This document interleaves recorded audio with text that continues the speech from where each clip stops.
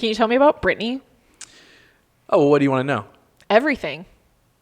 I mean, I think I know a good bit of everything. What's my favorite color? Could just ask her about her favorite color, which is purple.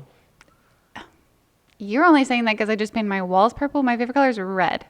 That's what I said. It's a Brittani episode. It's a Brittani episode. Honestly, same. Ooh, honestly, same. Honestly, same. Honestly, same. Honestly, Honestly, same. same. Honestly, Honestly, same. same. Honestly, same. Honestly, same. Honestly, same. Honestly, same. That's pretty good, right? Yeah, I think so. It was a Brittani episode. Hit that button. That's pretty good. Hey. Okay, guys, welcome back to the show. This one we have another very special topic. This one's all about our resident queen bee, Brittani. Yes. Yay. You were in the throne. Yeah. Thank you, live crowd. Thank you guys so much for Live being studio here. audience, thank you so much for being here All of today. our Patreon users, sorry. And there's mention of the Patreon. So there it is. Yes, all of our Patreon users got to come out because they subscribe. They pay the $150 tier. So if you would like to be here in the studio live for recordings like this And they one. all have honestly same t-shirts on, and you all look incredible. You do. Thank you. Are they behind me? They are. Don't look now. They're just looking at the back of my head like, So, yeah, this episode is all about Brittani. We're going to get to is. know Brittani, Yeah. hopefully a little bit or a lot I know, I'm scared. better. it'll be a lot of it for me, a little bit for you. Yeah. Well, I think it'll still kind of be... Happy medium? It'll be a medium bit for me because, Oh, you know, okay. like with your episode, which will either already be out or will be coming soon, Leah, you know, you and I had did it previously on That's What true. You Don't Hear. That's So true. we had already had that story, but you guys got to know each other a lot Yes. better. Now, Brittani, obviously, yes, I know Brittani a lot better than you do, but... I know her favorite color is red. Yeah, Jesus. And so did I, which is why I didn't... We just took a little road from purple. It's just, yeah, that's what it was a joke, guys. It was a joke. He was going to be like, I know it's purple minus the blue. Yeah, it's You didn't let him finish. Yeah, you didn't. As yeah, I do, you I just cutting you off. You just got angry. But we've never sat down for Yeah. something like this, even though we've talked about every other aspect of life. But this will be the first, like, actual, like, kind of formal. Like a focus specifically on your Yeah. life. Exactly. Our bullet points, if you will. Yes. Yes, We yes. don't actually have bullet points this time. We're Yeah. just going rogue. Yeah, Yeah, we are. we're We just should. gonna- We really did choose to go rogue on these Yeah. episodes. That's we're true. gonna find out. But that's the best way to get to know somebody is just going rogue. Yeah. So let's kick it off by Brittani. Lay the groundwork for us. Where did you grow up? Yes. What was growing up like? I feel like I'm just gonna go pivotal points. Okay. My parents divorced when I was 4, and I remember my mom telling me we were staying with my grandparents. My brother, at the time of this happening, I only know of one brother because I'm 4. I have an older brother. You guys have heard that story? Was that on the podcast or off the podcast? Yeah, no, you told Ooh. that. You told that on a show, I'm pretty Yeah, sure. I'm Like, pretty sure okay, Of on an finding actual out episode? you had another, Yeah. But at this time, it's just me and my younger brother, who is a full sibling, so mom and dad the same. And I remember staying at my grandparents and being really self-aware. Like, I truly remember knowing what was happening, and then my mom telling me, and I like cried, and then I was like putting on a show crying because I was like, they want me to be sad. Was for sure sad. Was a little confused, but also saw it coming, was already not staying with both parents. But then I remember them being like, okay, actually, Brittani, you're going to be okay. So that's when I knew I was a drama queen. Because that is a big thing to be told, that your parents are getting divorced. But I remember being really sad and then being like, oh, like, I'm supposed to be sadder about this thing? Oh. Mm-hmm. Okay. And like, but actually knowing life was going to be okay. And that is how divorce has been for me my whole life, is just being like, it was actually okay and not a sad thing. It was great for my family, what was supposed to happen. So that happened when I was 4. At that time, that means my mom was like 23, 24, and she had a 4-year-old and a 3-year-old. And we got a 1-bedroom apartment in Asheville, Ohio, really little. Actually, 1 bedroom, and then they stole my next door neighbor's bedroom, made her apartment a studio apartment, and gave us her bedroom. Okay. Really messy, weird thing that happened. that caused lots of problems because it ended up, they put like essentially plywood. They painted it. It looked like a wall, but where her door frame was, they had like plywooded it. So really we were still in like the same apartment as her.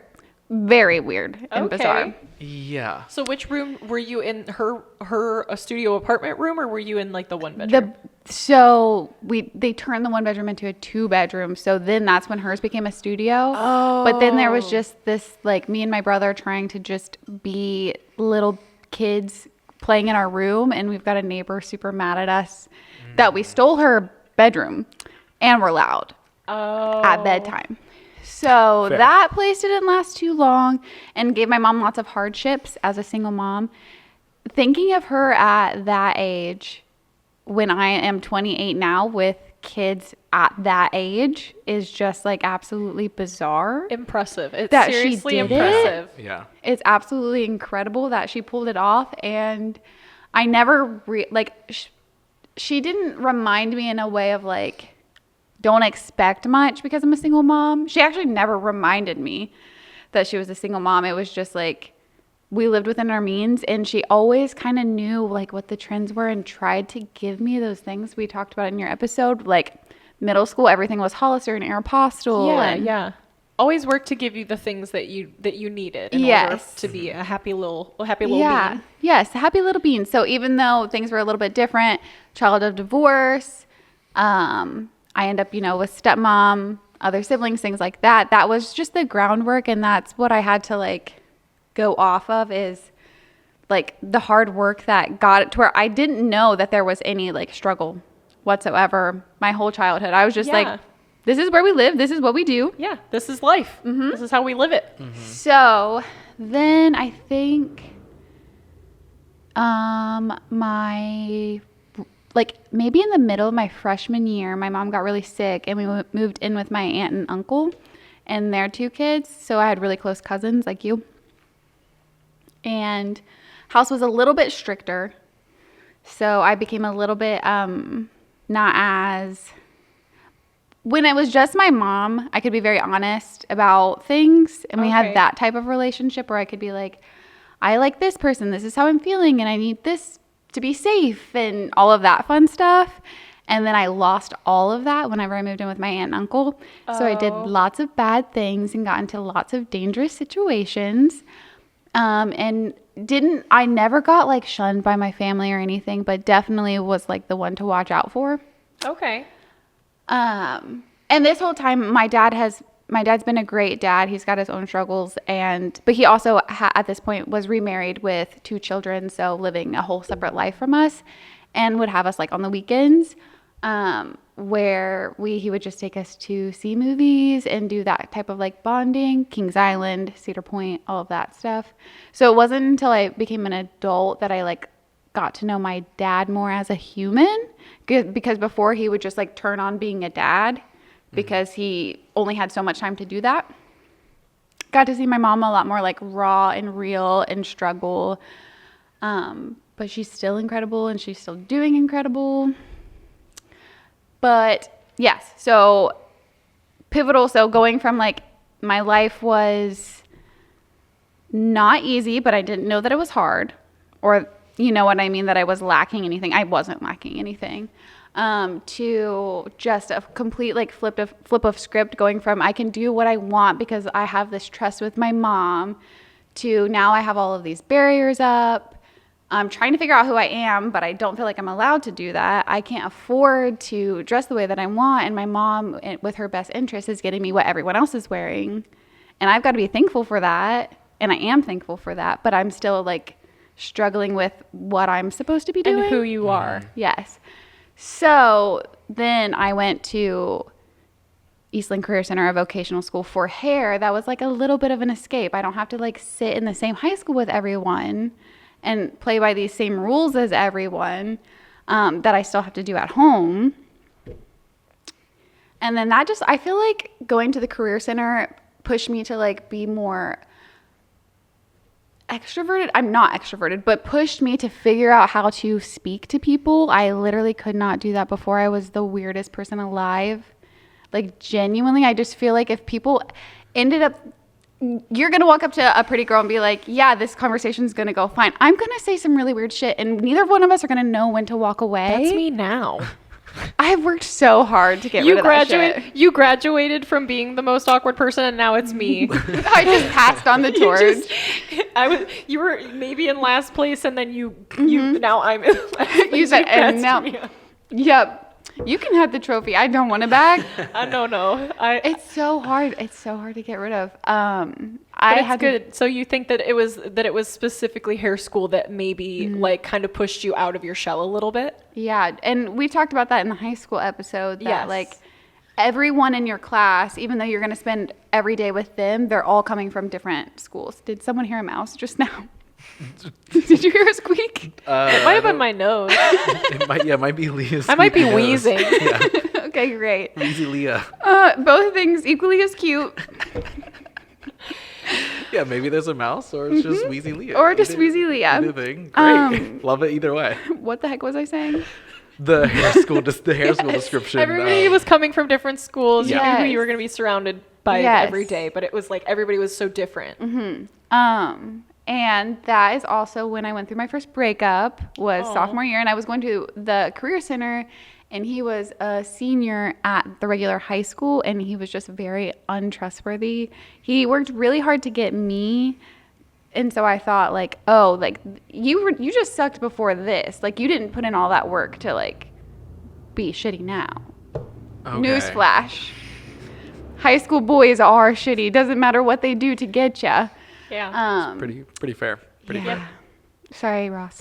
No, that's accurate. You are actually probably an exception. He's a high school boy. But I was still very stupid, though. Yeah. You know what I mean? Like, I think girls are stupid in high school, too, though, because the other thing is that we, like, as girls, I think, take things a lot more, like, personally and sensitively, whereas guys just, like, say something and don't think anything of, like, how they're saying it. And we're like, why did he say that? What does it mean? We're dissecting it. Oh, and my God. It meant, like, whatever he said is what it meant. Right. But, like, we definitely, like, could over-dramatize, like, whatever was happening and make it way worse than it actually was. Yes. So, as Leah said, girls are just boy crazy. I was everybody crazy, but definitely favored the boys.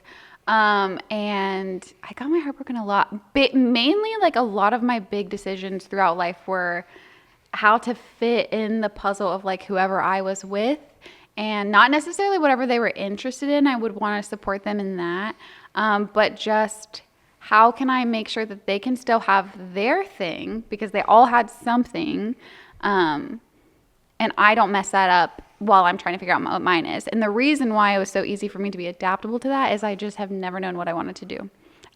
So many things sound cool and nothing sounds cool to do forever. Yeah, I think that that's fair, though, because I don't think that I want to do hair forever. I think that eventually, you know, I'll move on to something else. And, like, why wouldn't you? Because life's about doing a million different things. Yeah. And I think that it's fair to be like, hey, I tried this and it was cool for, like, that time and that place, and now I'm moving on to something else. Yeah. Well, it's Brittany's episode, Ross. Excuse me, Ross. Wait 1 second. The first thing you've said this entire time. Yeah. He actually just blinked, and I just cut him off. I'm finally about to ask a question. Okay, yes. Oh, I'm so interested in you, Brittany. And she's like, huh? You're like, just one question? Yeah, what is it? Oh, you have something to say? Do you? Okay, go ahead. Still really upset that I didn't remember what her favorite color was. I think that's what this is all about. What I wanted to ask, though, is, like, you know, that idea of, like, okay, I never knew what I wanted to do. I never like had that thing. Like, when you were growing up, like, because we just talked about, like, and obviously we just opened the floodgates, we're kind of jumping through the timeline, but I want to go back a little bit and talk more about you while you were growing up, because we talked about, like, parental dynamics, all that sort of stuff. We're obviously getting into, like, okay, you're going to school, you're becoming, like, a little more of an extrovert, all that sort of stuff. But, like, a little troublemaker, maybe. Yeah. But, like, were you, like, did you have anything when you were growing up? Like, was it like, oh, I loved to draw. I loved to play sports. I loved to do this. Like, did you have those things that later you decided? She was a sports kid. Like, don't you ever listen? It's for her. damn it, Ross. It's for her episode. We gotta redo all the stuff for her Listen, episode. do you see that Ross doesn't know anything about it? No, he actually he was like, I'm gonna bring them both here, and I'm gonna pretend that they need to learn about each other. But I've got to absorb the information this time. It's like I forgot their birthdays, I forgot their middle names. I just have to get them to say it all on tape. All right. So anyway, Brianna, can you tell us about how you? Hey, did you remember that my mom almost named me that? See? I'm playing the part here. It's all about you. Okay. Repeat your question. Are you sure? No, so like, what were you like growing up? Yes. Like, did you Okay, have yeah. those Okay, things I that remember like now. were your kind of like escapes or your I'm interests? gonna be 1000% serious. All of the things that I was like, I want to do these things were absolutely absurd, and I put no actual effort into doing them, even though I thought about them, and I still think about them, and I'm gonna name them. One, I'm being dead serious. It's because of we've talked about I'm excited to hear this because there's a Yeah, lot the of anticipation is building. Yeah.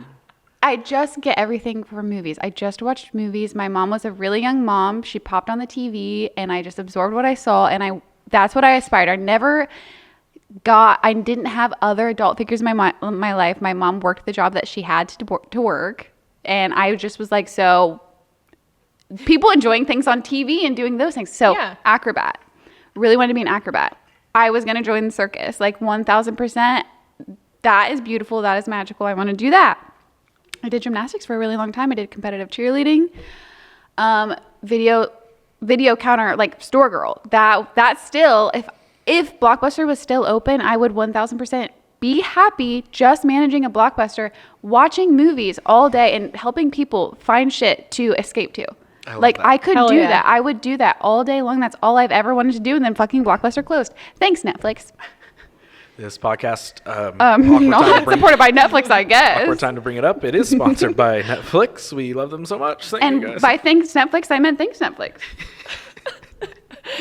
So you were kind of like inspired by things that you saw in movies, Yeah. and it made you I mean, like, I did be like, that's I wanted the to be a thing. firefighter, like for fucking what's the one with Dakota Fanning? She's like a kid in it. I was like her age when it came out, and I was like, will save people from fires. I never was like, oh, my uncle is a doctor, and that like changed my life. And Interesting. I never had any of that. I had to have things move me, and then I had to go, can I move people in that way? Yeah. Okay. And that's it. And so I could nothing ever felt in real life like that was happening. And what Okay. about now? Would you say that you feel like the things that you do are moving people, or do you think that it's still important to move people with things, or is it more important like to you now that it moves you specifically? I think similar to your episode, I spent a lot of time in my younger years curating my life to woo people and for people to think that things were really cool when I was just doing what they were doing. Yeah. I just posted it like with more confidence. So I don't think until recently that I ever like sat down and was like, I mean, I'm okay and happy that I didn't dive into anything because I am very non-committal when it comes to like forever like job things. I don't know. I don't Yeah. ever get out of my head that work is work, and I'm happy to do work. But the work you have to do, the people that go, yes, I want to do this forever, I have just not done that thing and been like, I'm sticking with this. Yeah. I've tried a lot of things. And I don't know. It's just, it's not, I'm not getting the same feeling I get when I imagine doing it. Okay. Okay. So do you think that might be your grass is greener complex of like, ooh, if Yeah. I found the thing that like I just was naturally like, sometimes it might even feel like I'm going to know when I do this thing that it's the thing I was meant to do. And like, I'll do that with hobbies. And then I'll realize like, oh, you're not just naturally good at stuff. Like you have to be bad at stuff Yes. before you're good at stuff. And I thought like I would come across something where I was just like amazing at it, like without having to try. Honestly, until I was probably like fucking like fully had my brain developed, I just thought the Lizzie McGuire effect would happen to me, and like someone would be yeah. like, Emma Chamberlain, like you're cool enough, we're gonna give you a sponsor, something's gonna happen, you're gonna blow up, and you're just gonna be you, and people love you. Yeah. And that's what you're gonna do. Yeah. And then I was like, oh, there's 5 billion of me. that like we're all the same, and that only works if you get lucky or if you know the right people. And I also don't know if I want that, because as you both know, I'm very introverted. Like, I want people to love me, but don't tell me too much. Like, I'm gonna be like, how do I reciprocate this? And so I don't know. I think that there's like two like little Brittany's fighting in me for, like, this one's like, you love attention, and this one's like, please do not perceive me in any way. Yeah. So where does that leave me? Because I'm dead in the middle. Both make total sense. I think everybody has a little bit of that, though. Like, everybody has the days where they're like, I need to like go out and be around people and like, you know, like have people don't like to talk about it. No one, like, if you like attention, then that's not good. I love attention. And that's the thing is, like, yeah, like growing up, I was like youngest kid and I needed all of the attention. And I feel like as a kid that like you had a lot going on, like in your family life, like you were probably same thing, like, hey, like I'm here, but also like, I still want to be able to kind of like. Yeah, I think that is what it is. I performed like for my grandparents, like MP3, I would sing everything. For my grandma, I would do that. For my mom, we would put on shows. Me too. But also, oh yeah, the best. I would like jump around the couches like it's a stage with my Britney Spears CDs.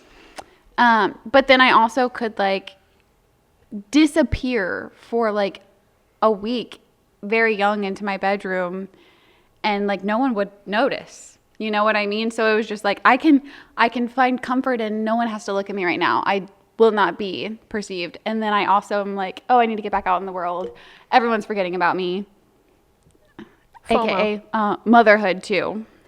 Oh, yeah. Because at some point I had 2 children. And do you feel like that's like taking you back a little bit to a point where you feel like you don't really get to be you and have you and your stuff and your things that you like to enjoy, like enjoy by yourself? I don't think I was too young to have kids. I was 24 and in a relationship for a really long time, and now happily married, and I love my kids. I don't think I was too young to have my kids, but I think that, and I don't regret this either, that I lived within my means and I took vacations and I spent all my time with my friends before, and I worked a job I loved, but I didn't set myself up to have anything once the kids were like themselves. Yeah. Because you do have to spend so much time like shaping them as humans that you lose yourself a lot. And then people are like, yeah, but you went back to work. Don't you feel so much better? I don't know. If you only clocked out of one job to clock into the other and everyone told you that was your break, would you feel better? Mm-hmm. I actually say this a lot because I used to nanny, and I was like, people pay me to do this, and then they come home and they're excited to do this. They're excited to come home to their kids. And this is like, people are paying me to be here right now. And the nanny like price point is very lucrative right now. Like, people know how much value it is to just like be raising kids. Absolutely. So yeah, I just did not take the time to, and not for lack of loving myself or anything. No one ever told me I had to go to college, so no one ever told me I had to think about what I wanted to be forever or indefinitely. It was very like, you can figure that out for yourself, as it should be. Yeah. But then I just was loosey-goosey for too long. No, I don't think you were loosey-goosey. I think that you've just maybe explored like random parts of the things that you do like to do. Like, you know, like when you were a kid and you thought, I'm going to be an acrobat, and then, you know, I'm going to be a gymnast, a cheerleader. Like, you wanted to do all these different things, and there's nothing wrong with that. I think like you could be a jack of many trades, you know what I mean? Like, and do lots of different stuff and experience lots of life. And I don't think anybody would look at that and be like, oh, you didn't do it right. Yeah. Mm-hmm. I'm trying to figure out, I feel like I didn't do it right because out of all of the things that I've tried so far, and I'm still like actively, like there are things in progress. I like just got certified to be a doula last year. But I'm not like, nothing sustainable has come from it. And that's, you know, where everyone puts whether it's working or not. And so I can do creative things and that fills my cup. But the fear of like the lack of money or stability is always going to be like, oh, you need to find that balance. And with kids, it's hard to have that third thing. Go ahead.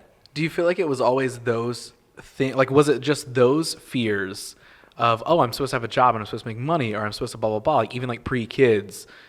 What do you think it was that like prevented you from latching on to certain things? Because yes, it's amazing that we can go and we can experience all these different things, figure out what we like and we don't like. But what I'm also hearing is it doesn't sound like you found things that you liked. Yeah. No, I love them all. I just was like, but like nothing is this stuck. it? It was Yeah, like, no, yeah, it like was just nothing like stuck. It like, was like when people are like, I was meant to be a doctor, I was meant to be a nurse. They're like, yes, you know, they're doing hard jobs and they put themselves through grueling school and they'll do it forever. And there's like lineage to it. And there's just nothing that I've come from like that. And there's nothing that I desire to have like that. I don't feel strongly about anything in that way.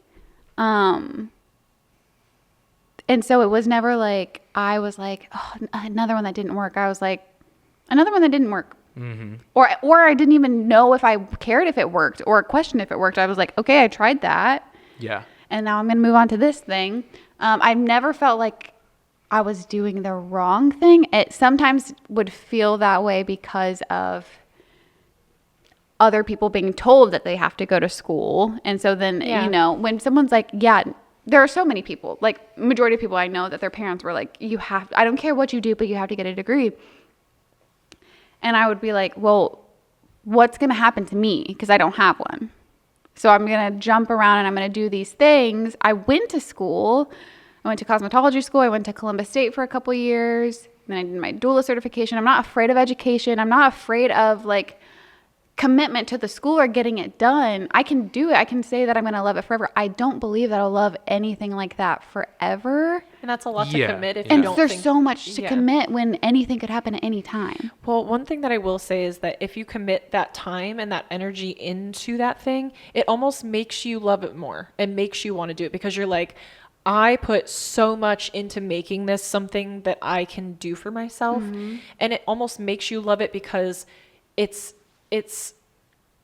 almost like a necessity to be like, I put myself through this because I knew that it was something that I'd be good at or that I would, you know, that I thought that I would enjoy because of just, you know, life and the way that it would work with my life and things like that. And I think like there were plenty of times where I was like, man, I don't want to do hair forever. Like my body is going to crinkle. You know what I mean? I'm going to be like, I'm having a good time, but I'm not doing this forever. Exactly. I am really excited about my doula stuff. And this is another part of it too. I think that I just don't see anything as like, I'm going to make this my everything. I will be the best doula. I will do everything for you. You are my priority in that moment. But I'm not like waking up like thankful to be a doula. Like everything else on my mind hits me before my jobs. Do you think it's because like you're newer to it and maybe you're not feeling like it's like you've moved somebody in that way? I've never not had imposter syndrome about everything in my life. Okay, well then that's probably part of it too. Is like you probably start everything and then you get to a point where you're like, I'm not supposed to be doing this. I think that's sort of what I feel like I'm hearing a little bit, which is interesting to me because like on one hand, I think it's super fascinating and rad that it's like, oh yeah, I'm kind of just going with the flow. I've always kind of gone with the flow a little bit of like, cool, I'm just trying things. I'm going to figure out whether I like them or not. And if I don't, it's cool, but nothing's ever really attached itself to me and all that sort of stuff. Like all of that's great.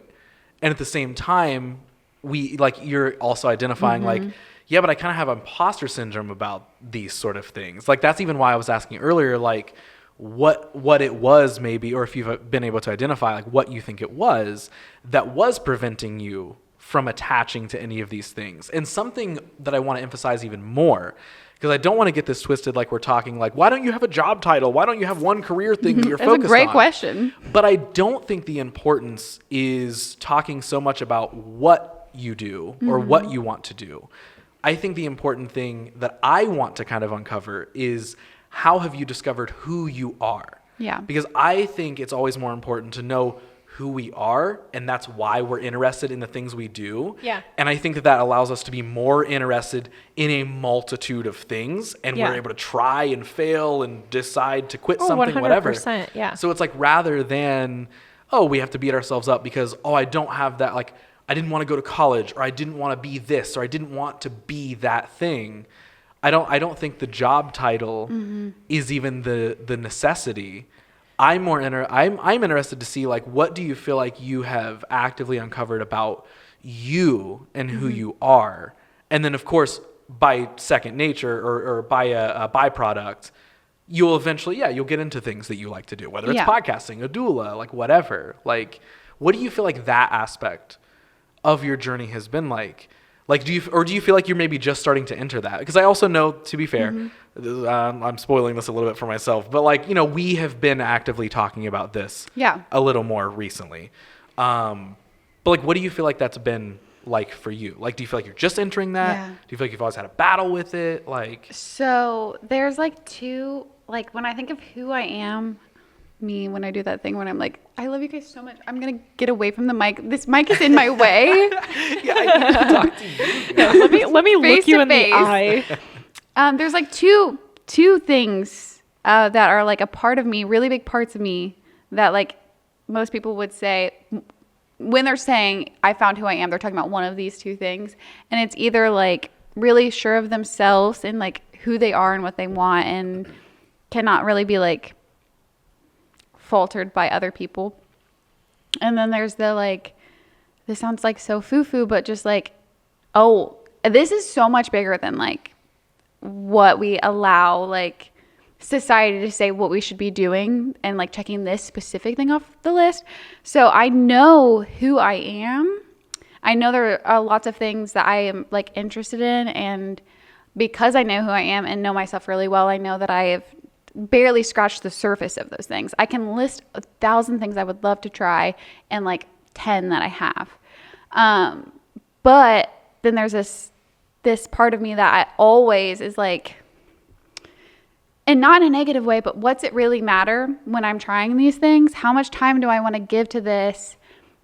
Am I looking for instant happiness? Is it like I don't want to deal with like the learning curve of it because I'm not just good at it and that doesn't feel good for anyone?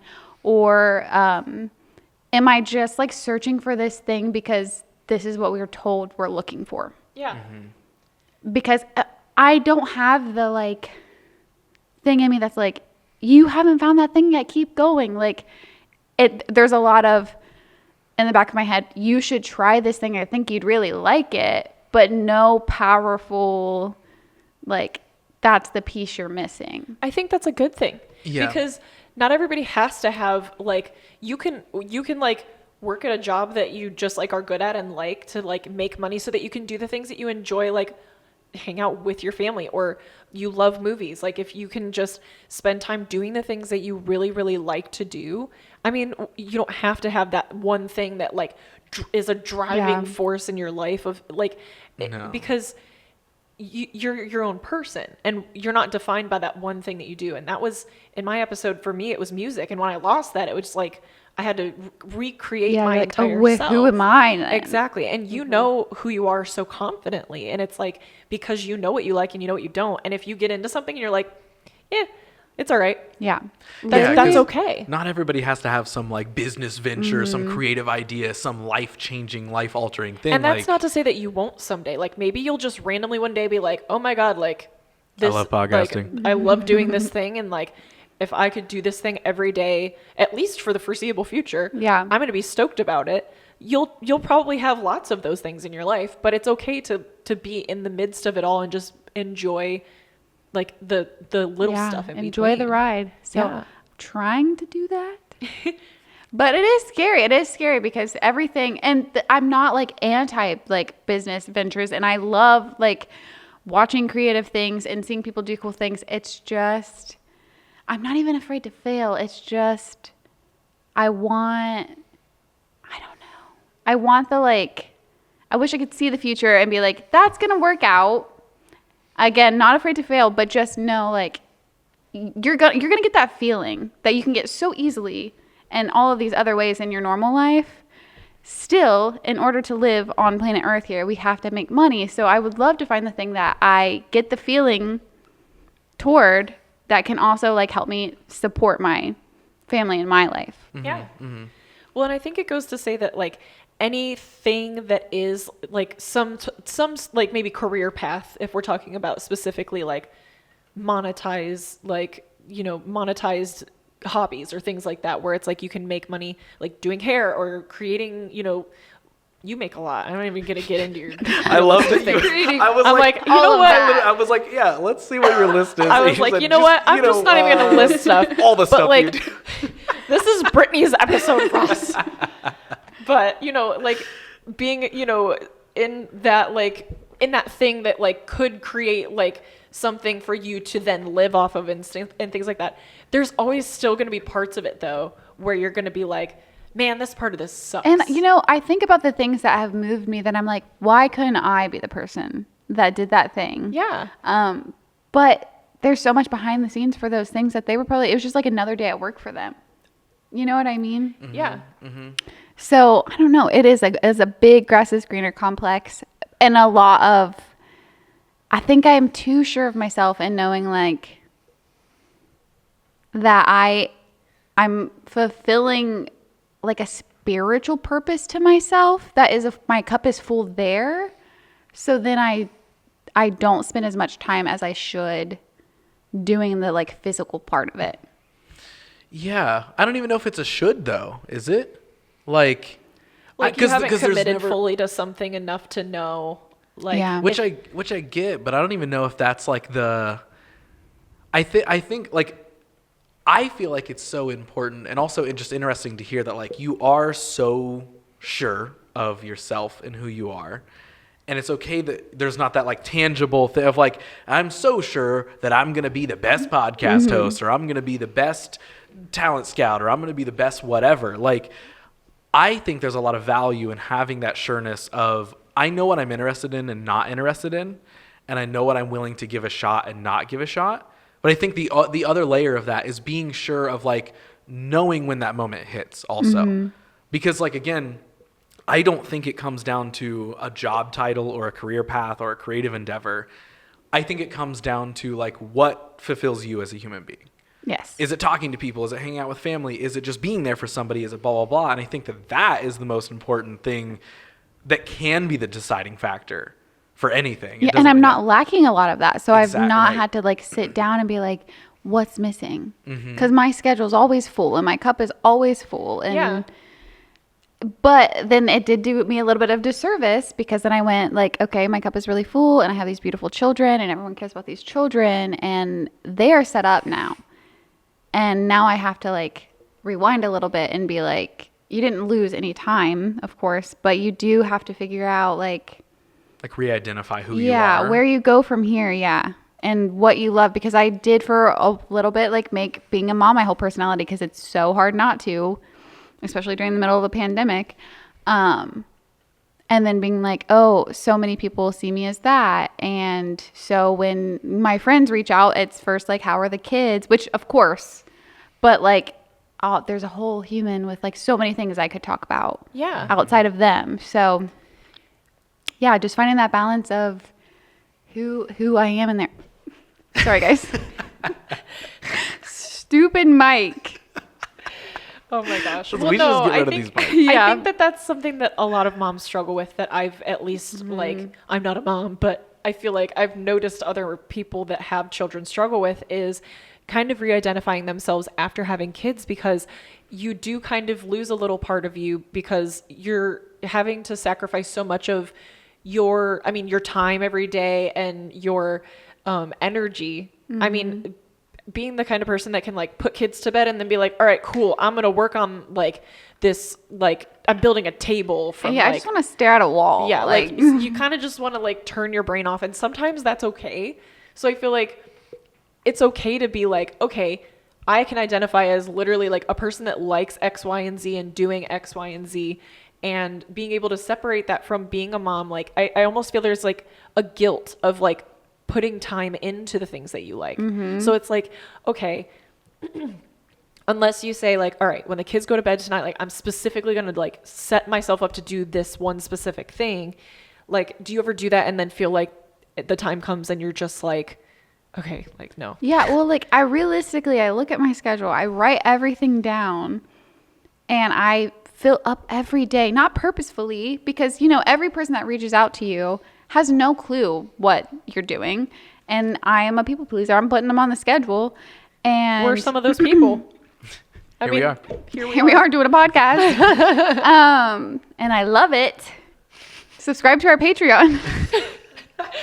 Give us money so that Brittany can feel fulfilled. We have Seriously. to make one at this point. Ross is like, seriously, guys, we're done with the Patreon. We want you. Give me your money. No, listen, hey, I want your money too. So, Tell us your credit card number. Yeah, just send it. Just send it in any of our DMs. Any of them. Any of us. What was the question? Oh, just more so, like, do you ever feel like, because there's like a guilt of like, Oh, of that's like right. mom Yes, guilt, like, yes, do you ever yes, feel yes. like it kind of keeps you from doing this stuff? Literally, like, what happens is that is the very, very last thing that goes on the list. Yeah. Like, whatever I want to do, whatever I want to try, there is 50,000 things in my notes, things that I need to write, things that I need to, like, take pictures of, things that I need to, like, buy supplies for. But then it comes to that, like, Wednesday night, and I'm like, or you could just, like, breathe and, like, watch a show and eat a bowl of cereal.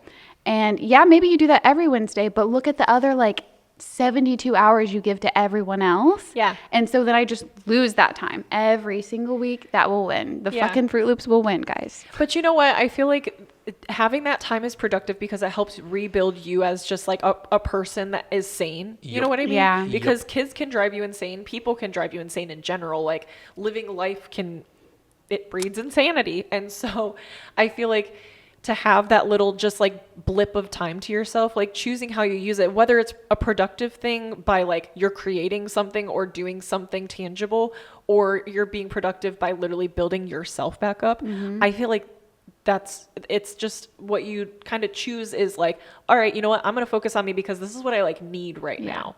Not necessarily what you want to do, or like maybe you think like, oh, I have like these books that I need to read. Like, I can't tell you, I'll be like, I need to watch this show. I need to do this, this, and this. And I'll just sit and scroll on my phone on the couch because I just can't. And I can't imagine like how much or how often that would happen to have like 2 whole extra lives that like rely on you being like on your like. And you can't, like, you know, if people are annoying you, you turn your phone off or you take a nap or whatever. Yeah. And people are still annoying when you have kids. That's not like an exception to it. But then you turn your phone off, but you can't take a nap. You know, now you're on for these kids and you've got to be your best self. So like it's that whole meme where like you get in the bathtub and you're like the devil. Yeah. You're just like, oh, I can finally just put everything down. And so there's just, it feels like there should be time, and I'm sure that someone could like calculate my shit and be like, every Monday you could get this done. But it's just like, it's like a survival thing to just be like, I'm going to just like exist right now, and that's going to be enough. Yeah, that's so fair. Yeah, I don't think there's anything wrong with that. And someone could look at my schedule and be like, no, you're not using this time wisely. Me too. Like, you're not like. That I think goes for everybody, no matter whether we're doing 100 things, whether we're doing one thing, whether we're just surviving or whatever it is. But like I just think it's so interesting, and what I have loved to get to be talking to you more recently about is that phase of discovery that you're in right now, of kind of rebuilding yourself, but not rebuilding because something got taken away. That's what's interesting about your story.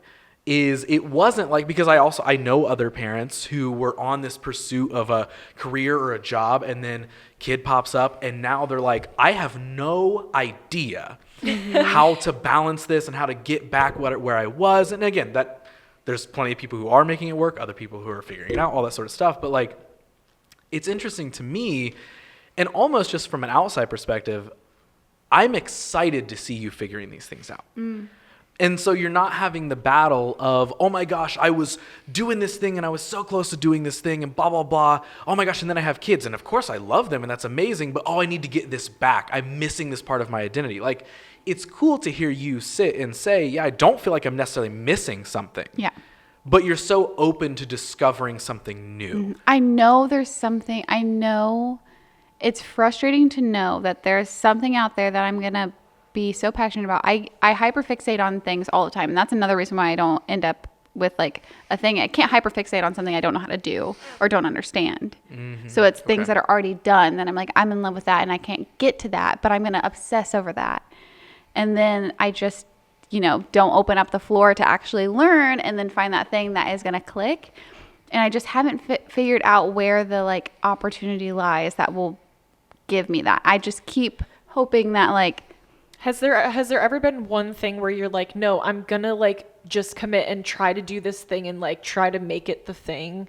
Like, has there ever been anything where you were like, just pushed yourself to like try to make it the thing? yeah. Oh, yeah. I mean, I got Like, my what are a couple cosmetology of- license. Okay, I was gonna say there's a couple of those. I literally, even though I midway through hair school was like, I know that this isn't gonna be forever. I do know I want to work somewhere I can be like tattooed and have piercings because I'm 17.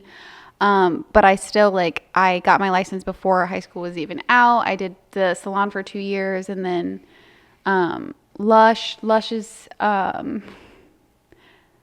very like move up within the company. We're to support you this way. And although I do not like working retail, when people are like, you're really good at this thing and you could go here with this, I went like, until I had kids, I could have done a lot of things with Lush. Not what I wanted to do. It was never like not getting to the thing. It was not feeling the thing when I got there.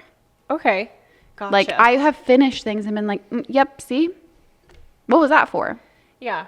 I just don't know if that feeling is real in the real world. And I'm just going to keep, like, searching for it until it's like, oh, yep, see? Every time I sell one of these sweatshirts or whatever the thing is. Like searching for that feeling of, oh, see, that's what it was for? Like, is that what Yeah. you're saying? Mhm. Okay. See, but Yeah. I think like also like as somebody that doesn't have kids, I feel like when you have a kid, you're like, holy crap, I made that. This is it. Like you This is have the that- most special thing I could ever make. Exactly. So I feel like by comparison, everything's going to feel a little bit like a Yeah. letdown just because I feel like you did something so freaking incredible that like it probably made you feel so freaking Yeah, incredible. I mean, and that in itself was like finding the thing, and it will always be the thing. I get to watch these two humans turn out to whatever they be, and they're gonna be the coolest ever. Like, I just know if I leave the world with anything, it's two really fucking cool people. Yeah. That will do all of the things that I wish that I could do.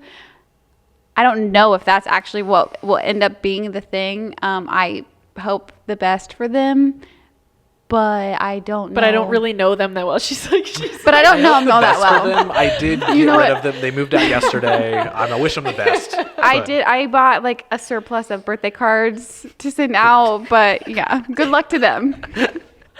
I hope you turn out good. Wish you the best in your future endeavors. Yeah, No, all but- my yeah, no, they're the greatest thing that I could have ever created. So Right, it's but very I feel like hard by to top that. comparison, it's like you might not ever have anything that makes you feel like something Very maybe fair. that intense ever again. And I am just I learn very logistically, Yeah. but if you want something to stick to me, it has to have has to make some you feel. feeling. Yeah. Mhm. I can look at numbers all day. I can be impressed with your numbers, your audience, whatever. But like, if you're not doing anything to me, something didn't click, then I just don't care. Yeah, no, And so I I'm can not relate to that. impressed by a lot of like doctors, amazing, you're saving lives. But like, if you're like, I went through school and I don't care. Yeah, same though. Like, yeah, I feel that same thing where I like, there are certain things that I'm like, okay, yeah, that's cool, but what is, the word that I always stick to is like purpose. Like, what's its purpose? And I don't think that has to always be a life-changing, life-altering thing, but like, what was the intention with this thing? Yeah. It's cool, but what was its intention? Yeah. And Like, if it doesn't, I just can't, when people are like, look around at all of these people that have done all of these things, 99% of the time they don't look fulfilled. They just have money. And so I'm like, don't care. Yeah, because honestly, sometimes the journey can be so taxing that when you get to the end of it, it's just like, oh my God. That's also why, like, the cliche saying, like, enjoy the journey, though. Because Yeah. I think everyone realizes when you get to the destination, it's cool, but then it's done. Is And it then- worth Yeah. everything that you went through to get it? And I think that you have a good like sense of like, I'm not going to do this because I know that like this specific part of this journey that's making me question it is not going to be worth where I'm Yeah. getting at the end. Yeah. And I'll fight for the things that are worth it. But yeah, I'm not going to push through things to say that I did them, Gotcha. Okay. because who cares? No, I Yeah. completely agree with that. I think that makes a lot of sense. So, let's get into a little bit more about like relationships in your life. So I know you said that like you had a boyfriend and you guys broke up when you were in hair school, and that was like one thing. So let's talk about like the kind of building of Brittani now. from relationships, like kind of what you kind of were able to grab over time and like. Okay. Yeah. I feel like you, I like would take a deep breath in between relationships and then be in another one. Not for lack of caring about like the previous partners, but like if there's an opportunity that I get to get over something and I get to be happy in this moment, I'm going to take it.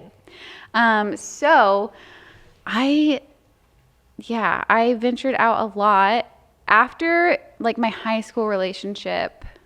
Had some traumatic things happen, which led me to like just leech onto anyone.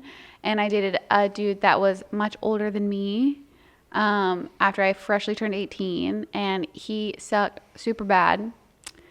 I learned a lot, but I don't want to be one of those people that's like, I am who I am because of it. I'm a lot stronger of a person, but I don't think I deserved to figure out how to be like a better, stronger person by going through these things. Means, yeah. But it really solidified, and I hate being the person that like in relationships when someone's going through something and they're like confiding and they want you to like give their partner grace or whatever.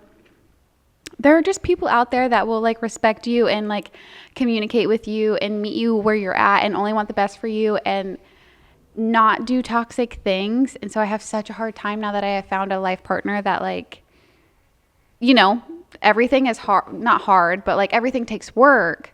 But like those toxic relationships don't have to happen. And for a lot of my life, I was like, that is just the way it is. That's how dudes are. That's how girls are. That's how everybody is. And so you just pick your poison. And now I feel better in that I can like say that there should be someone out there for everyone that like meets. I hate the word standard. It feels really like. Yeah, it feels very sterile? gatekeepery a little bit, Yeah. but I know what you mean by it. Like that like lives up to where you're at and meets you where you don't have to sacrifice big things about yourself. Yeah. Maybe. Yes. Yeah. And just like whether that's like comfortability or whatever. The whole cliche thing of like growing like aside each other versus just like the people that let me like melt into whatever their situation was. Like they allowed that. They allowed me to lose. I should have been stronger to, you know, stay myself, but they allowed me to lose myself and those types of things.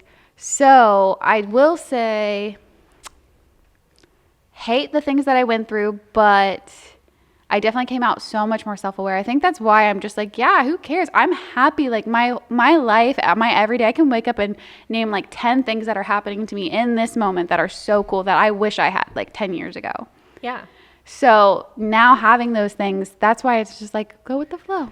Well, and it's so nice because you've been through those like awful toxic things, and like you can look at the situation that you're in right now and realize like everybody deserves that and that you deserve that, because some people come out of that stuff thinking like we accept the love that we think we deserve. And I just went for the same type of dudes and people for like years and years and years. Like the like carbon copies just look different. Yeah.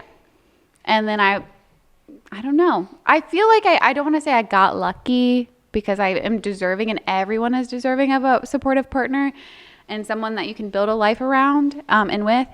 But it definitely, there was nothing that was like, what you're going through is not normal, until I was just forced to like essentially be loved. Yes.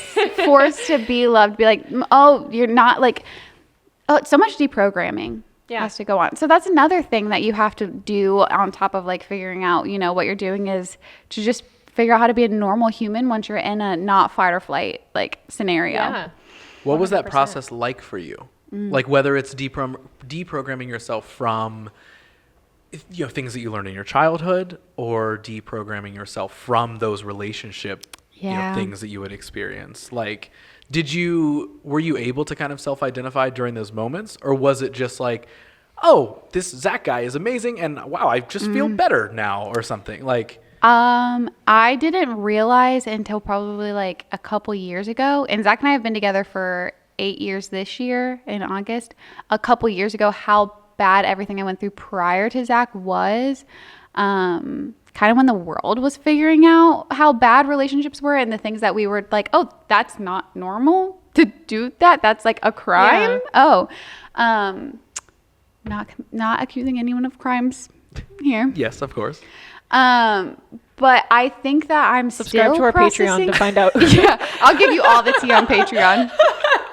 I'll name drop. I don't care. $15 is all I need. I like $15 per person, per name I drop. Okay, yeah. That's fair. I've got quite a few. I was like, our live studio audience paid $150 for their tier, so They also got a T-shirt. They're not That's getting true. T-shirts. That's true. Patreon, Yeah. if you want T-shirts, let us know. Let us know. Ross I is think like, at this still- point, I think at this point we're just gonna set up a hotline. Yeah, Or Ross if you has could just already, call it. during my episode, set up our name on Patreon. oh my god. Yeah, so I'm still deprogramming. I'm still learning a lot of things. Luckily now, actually what happened is someone that was with the person that I need a lot of deprogramming from reached out to me a couple years ago and needed help processing because then she hit where I hit like a little bit before that. Yeah. And everything she was saying was identical to my stuff. And I was hearing someone go through something like that. I was like, wow, that's horrible. I can't believe you. As if it wasn't like identical to me and happening the same time that he was dating me. And so that is when it became real for me. And that's when I had to realize. But I will say, as far as how I entered the relationship with Zach, it just was always bliss. Like it just, I didn't like go into it crazy. I didn't go into it like accusatory or like wanting to go through his phone or any of those things. It just was like, I felt that I could trust him. You felt and he the showed mutual me trust and Yeah, and respect. he showed me respect like off the bat and That's it. was really vulnerable about his feelings. Yeah. And yeah, I didn't have to like, it just felt like someone put a sweater over me and was like, you're safe. And I've been there ever since. This I love episode is that. sponsored by Zach. Yeah, thank you, Zachary. On The our real Patreon. homie. Sorry, I on our forget my Patreon. ring every day. I love you. If you want to talk to Zach, you can pay $75 Yeah, on our Patreon. $75 for sure You to get talk to Zachary. You get access to Zach. Yes, absolutely. He may fall asleep during your conversation, but Only if you or I are nearby. I couldn't even give anybody Nick's information because he just doesn't answer. yeah, it wouldn't matter. He won't answer you. Not at all. He will. So Nick's Patreon is $150. It goes to me. I'm actually the one Yes. that's texting from his phone. Yeah. So spoilers. Yeah. I Sorry actually, this is my passion. This is how I want to make money from now on. Yeah, we just need a Patreon, and then Yeah. this is. Did you get the feeling? And listen, people, Do you feel like you're giving birth? Yeah, I love to talk about tea. If there's a fire in me, just pay me, and I'll tell you anything you want. Maybe Wow. I feel like you're about to have a spin-off show that's just you dropping Brittany's tea. tea. Yeah. God, it would be really bad. I would Tea have to time be with so Brittany. Tea time safe. with Brittany. Tea time. 100%. When this episode comes out, if certain people listen to it, they are going to poop their pants. Really? Possibly. This I- specific episode? I have not said anything like regarding anyone specific, but I think that if people are like, Brittany is going to tell a story about me. yeah. Interesting. I'll Okay. watch this shit. Yeah. Okay. We'll see if Okay, she well, mentions me. We're an hour in, so folks, I hope you. I wonder what you're feeling at this point. in Yeah. time. How I hope how's you that feel poop like in your pants? How is that poop in your pants? You have to pay us for it on Patreon Don't speak. for every nug. Oh, Oh my god! there's Leah with the weirdness. There it is. Every nug, you have to pay us $4. Not only do we make you shit Our your pants, our listeners are dehydrated apparently. now you have to pay us to tell us that you shit your pants. We're By running a the tight ship around nugs. here. God. Running a tight ship We around should have here. done this on Ross's episode. I know. Where's all Talking the- about poop. Where's all the poop talk on my episode? We should've I didn't saved get it. any either. Yeah, that's Yes, fair. that's true. All the poop talk is in it. Yeah, just save for me. Yeah. Speaking of shit talking, let's get back to the. So true. Yeah. So there's a lot of like little stories and little things that take me places. I think I try to live very intentionally. So when things happen to me, I'm not like, thank you for that happening, but I do try to figure out what I can learn from it, not what I'm supposed to. I don't think you're supposed to learn things from really hard shit Sometimes- that you should never go through. No, sometimes bad things just happen to Yes. good people, and in order to process it correctly, I think it's Yeah. like the best way that you can is Yeah. by looking at it like, hey, that really sucked and I shouldn't have had to go through that. But at least I came out on the other end knowing that I deserve better than that. And I won't And put myself in that position. Had I not again. gotten lucky enough to like stumble into Zach via the Twitter DM, Love it. What did he say? actually, I DM'd him. What did you say? Yeah, what did you say? Absolutely nothing of importance. Like, hey, at like 3 a.m. That's it. That's Okay. okay. Nick did. He texted me probably in the middle of the night, drunks, and he said "sup" Yeah. on Facebook Messenger. Wow. So you're just gonna one I'm just day waiting for a one day you DM just need a from a girl. DM. Yeah. Yeah. Listen. Okay, that makes The 2 to 3 a.m. That's a sweet spot. Just Okay. just Oh, hit you and with the they- and hey. You're already awake. You know I'm awake. Exactly. Just Ladies, the you know I'm awake that late. You know Ross is awake. We've talked about it plenty on this show. Yeah. So I did that. But what? You guys, I know this is my episode, but no clue what's happening. All vibes here.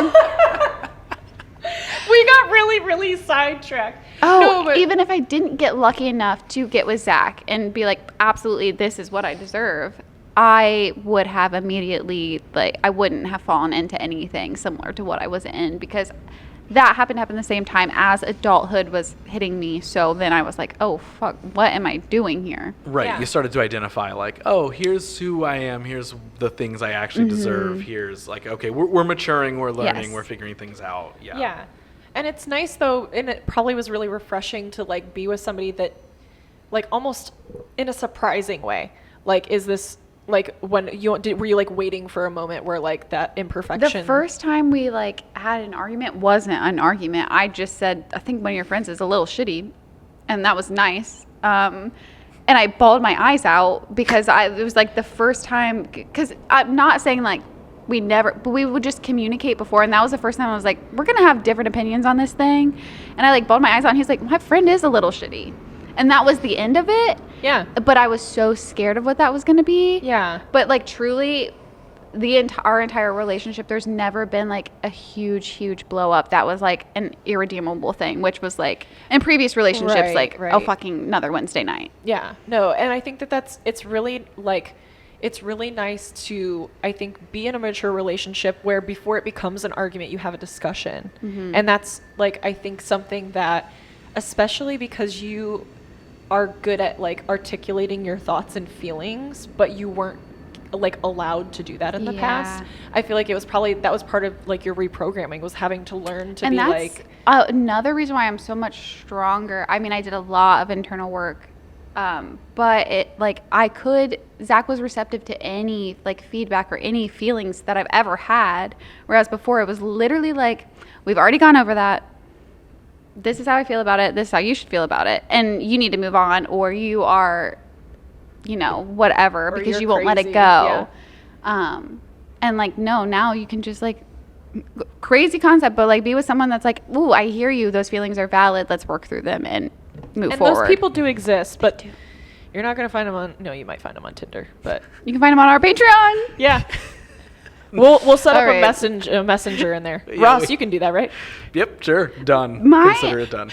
This episode went a lot like my life, where like nothing is like, there's no like chronological. I'm going like, back to things. So are you I saying mean, it's good. your life is the lake house? Is that what that movie was? With Sandra Bullock. Oh no, what was the one with Sandra Bullock where like she would like wake up and it was a different day of the week and her husband was either alive or I dead? think the lake house. Yeah. No, that was with Keanu Reeves and they like put letters in their mailbox. I think I know what you're talking about with that movie, but I don't. Maybe There it was was, just like- called like The House or something like that. There was like something, yeah, but either way, yeah, that's. Nevertheless, that is my life. So do you think that you're just popping in at random times and places and? Yeah. We don't have time to get me started in what I think the world is and the matrix that we're living in and shit. We will have an episode about spirituality Yeah. and religion and our beliefs about the universe. Oh yeah, we so- are going to do that, aren't we? Yeah, That's we right. sure are. Or we already have, is You- what I meant to say. You don't know. We don't know. We don't know either. We don't know either when that's coming out or if we did it already or not, but we will at some point. I do like that. I mean, I do kind of like that mirrored your life, though. Yeah. In the yeah, way it's of just like, very organic to who I am. it seems to be very fitting. Yeah. Yeah. Well, Okay, you hit all like the most important parts. You know what I mean? Like you Yeah. out the gate, you were like, all right, this was Yeah. the thing that like when I was a kid. Yeah. Yeah. So sitting here now, what do you feel like when you either look back at your life and you're like, oh yeah, I've learned these things, I processed these things, I know who I am now. Like, do you have that idea of like the life that you're trying to build now, or where you want that to go? Like, yes, we've established, hey, cool, we don't have that attachment to one creative thing or one like business endeavor or whatever like crazy thing we want to say we're supposed to have. But like, where do you see, like, as you sit now, like, where do you see things? I have a lot. I've never been like excited about the future the way that I am excited for like the next 5 years. I have no clue what that means, but I do get a little bit of like my feeling when I think about like the future now that I'm going to hit something that like brings that to me, but I don't know what it is, but I'm totally cool waiting on it and trusting what's happening and knowing that it'll be meant for you, and when it's meant to happen, it will. Yeah. I'm going to do what I did on Leah's episode, and I'm going to steal another question that I ask on what you don't hear. Are you going to ask the same question? I'm going to ask a different one. Oh, okay. But it's really similar. Okay, let's see if you know the answer, though. Just a different portal? It is actually a different portal. If you could go back to any point in your life and talk to little Brittany, what point in your life would you go to? And what would you say? Tell her? Yeah. Okay. I think that I would go to little Brittany, like maybe like 6 or 7. And I think I would let her like tell me things. Like, I think I would let her be excited about things that like no one else was listening to. And then I'd bring that back here and utilize that now versus like setting her up for anything. Like, I always felt set up, not always supported, not always whatever, but like I never felt, I would prefer to have like the comfort of seeing my older self see me, just someone seeing me, than to be like, someone will see you eventually. You know what I mean? Like I just would be like, you are already cool. It's already in there, whatever it is. You don't have to look for that, because I spent a lot of time figuring out what that was going to be. Oh yeah, I would always be like, I wonder what I'm going to look and like. It's just I wonder what I'm going to wear. Everything is just like, you can't. Maybe people can at least put on like masks in the face of who they want to be, but I am very organically. I forget. I can pretend to be anything. I'm gonna forget mid pretending and just be me. I've always just like, unfortunately, been me under there. So I think if I could just be like, you're such a cool little kid. Put that CD in. Crazy girl. Let's listen to Hillary Duff. Yes. So much. I love it. I just want to let you know that like we like would totally probably listen to Hillary Duff. Oh my God, yeah. So Metamorphosis. Would I would have been friends with you guys when we were little? Yeah, we would have put butterfly clips in your hair. Yeah. Probably. Okay. Yeah. No, I like that. That was back when we had them organically, and not just because I thought that they were nostalgic. Yeah. Yeah. It's what made them nostalgic. It wasn't ironic.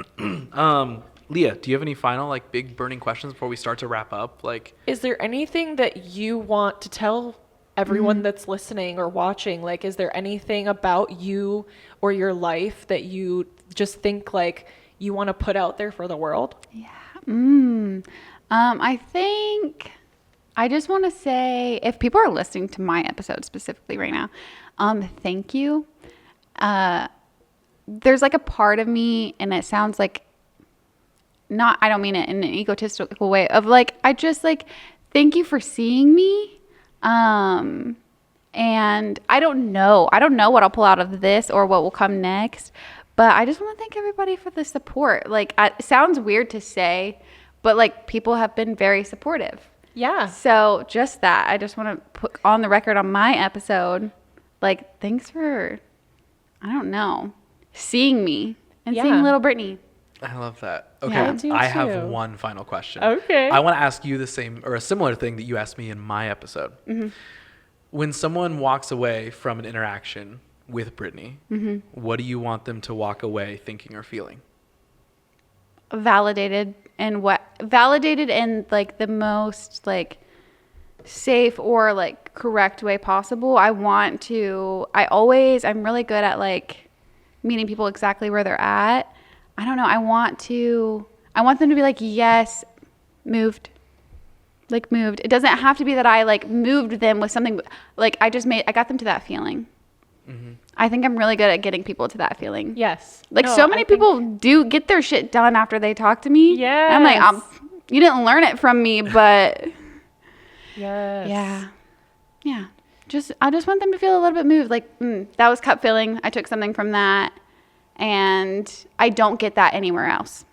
I want them to get it everywhere, but I got like There's a special specific brand. Brittany flavor. Yeah.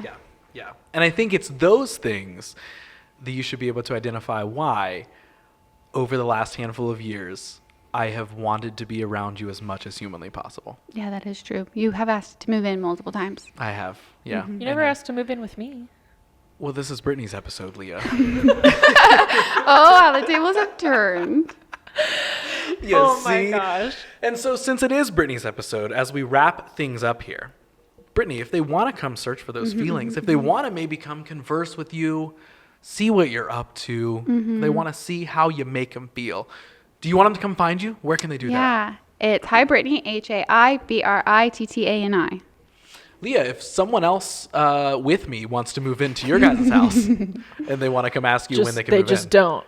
They just don't. Don't do it. Don't do it. Yeah, you just don't. Unless you're Ross. Ross can live with me. Yeah. Yes. All right, cool. Well, now that I have 2 places to live, I like that. I've got some options here. Ross, where can people find you? Well, they can find me either living at Zach and B's or living at Leah and Nick's. Or sitting at my little 1-bedroom apartment with my wonderful cat named Daphne, scrolling through Instagram, which is at Ross Tyson. You didn't tell them where they can follow you. I am at la.petitegoth.